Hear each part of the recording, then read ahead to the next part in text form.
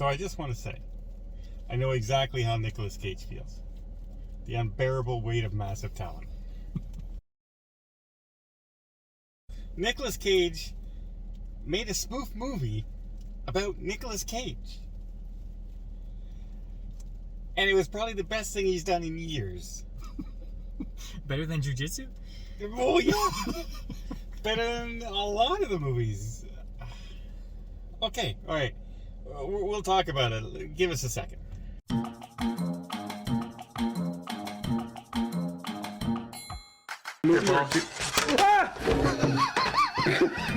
Okay, coffee everywhere. That was my next coffee. Damn it.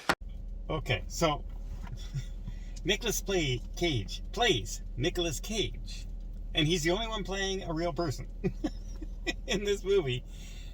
And they reference a lot of his movies. Mm-hmm. They do the lines from it. They make fun of his own lines that he's famous for, like the bees, not the bees. Classic stuff.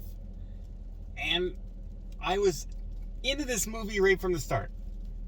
Right from the start of this film. I didn't know what to think of it at first, because there was a lot of cringy parts. Yes, but it worked. It still worked, like the singing and the piano. Cringy. Because anything like that, I cringe. In those kind of jokes and humor. But he gets invited to a birthday party. He has a failing career. Surprise. But he goes to a birthday party. A millionaire hires him to do a birthday party. And the CIA comes and says, this guy's an evil drug lord and everything. And he's kidnapped a girl. And you got to help us. And he starts... And you never know... Throughout the movie, is he acting? Is this real life? What's going on in this movie? Because they take LSD, they get high, they're all over the place, and like at one point, the guy just gets out of the truck and starts running, and Nicolas Cage follows him, and he's, oh, don't you see the general's after us and everything? You go, what? What's going on? And it was nothing. Like, it was just good.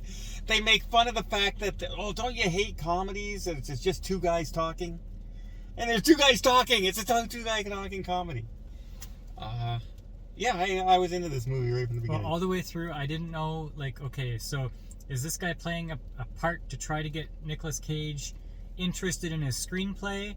And then it kind of warps into this thing where they're trying to make this movie and they're trying to figure out how to get it done, but as they're trying to figure it out, they're actually doing the movie. Yeah. Even when they're thinking, he pretends that he wants to work with him so he can find the girl. So he's, let's do a movie together. We'll come up with a story. And they do this personal buddy story where two guys, deep acting emotion. Because that's what's actually happening. Yeah. Yeah, and that's happening in the movie. And he goes, we don't need special effects and car chases and everything. No. And then the CIA guys come up with this idea. Hey, maybe you should introduce an idea that somebody kidnaps your daughter and see if he tells you where they kidnapped a girl. So he introduces it, and the guy freaks out saying, that's not our movie. That's not the kind of movie we do. And then the whole thing turns into that kind of movie. Yeah, because the CIA person says, you need a hook. You need to get that blockbuster feel. You need the trailer for people who want to go see it. Yeah, and so at the end of the movie is just all action like a blockbuster. I really liked it. I really liked Pedro Pascal in this. He was amazing in this. Yeah. A lot of cringy moments. Nicolas Cage French kisses himself and enjoys it. And Nicolas Cage plays a younger himself in this as well, who's talking to him. Like a psychic break. Yeah. And I don't know, do you know the movie? No. No? Is that a reference? Yeah, that's a movie. It's one of his very first ones. What was it?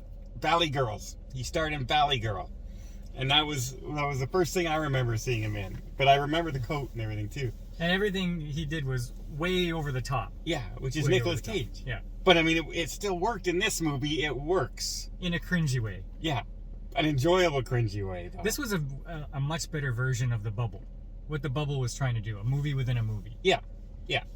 But even at the points where whenever they're doing the just them talking and everything, the camera angles are normal. They're not doing any special effect shots or anything. It's all normal.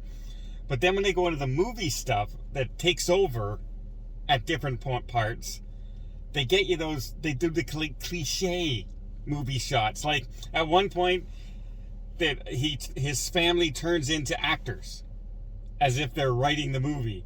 And his daughter, we watched the whole thing, is suddenly a new daughter, and she, oh, Daddy, and she runs over to him in slow motion, and she's suddenly this larger, buxomy girl, and the camera angle's down below, so it's just close up, but you get the drift. And Demi Moore suddenly becomes the mother. I enjoyed this movie. I can't say I did not. It wasn't perfect. It felt long at the end when they're doing all of the car chases and the action. But it was still fun.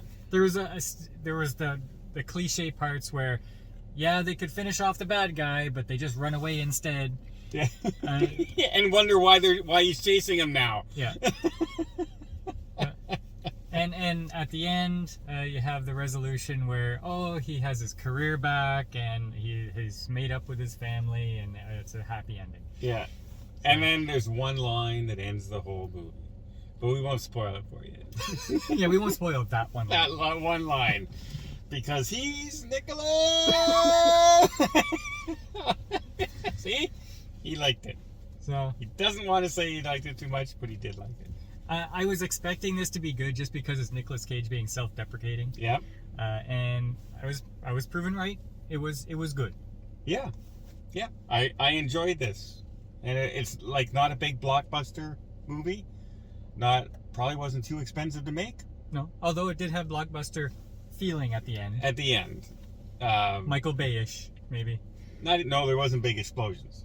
The cars going everywhere. Yeah, but Michael Bay's the big explosions. So, all right. Well, what do you give it? I'll give it a 7. Okay. Wait. 7 flaming pickles. I'm gonna give it 7.5. I don't normally do 0.5s too often, but I'm gonna. Well, an 8 for me is a must see. Is it a 7.5? Yeah. Yeah. Yeah. If you're a Nicolas Cage fan, especially, you have to see this movie, because he's good in this movie. Yeah. You know, he plays himself, but he's still good. He plays multiple roles in this movie. And there are some Hollywood pop-ups in the movie that you'll recognize.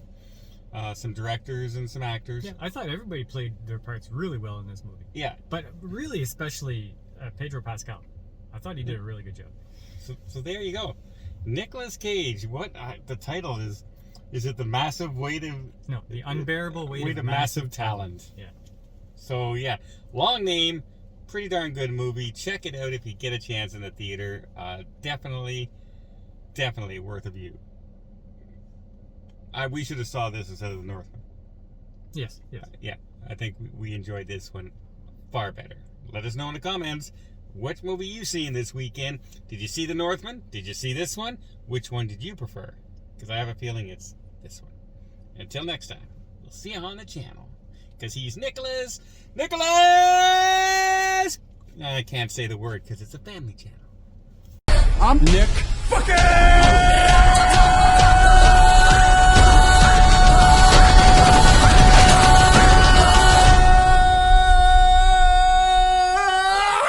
Whoa, Cage!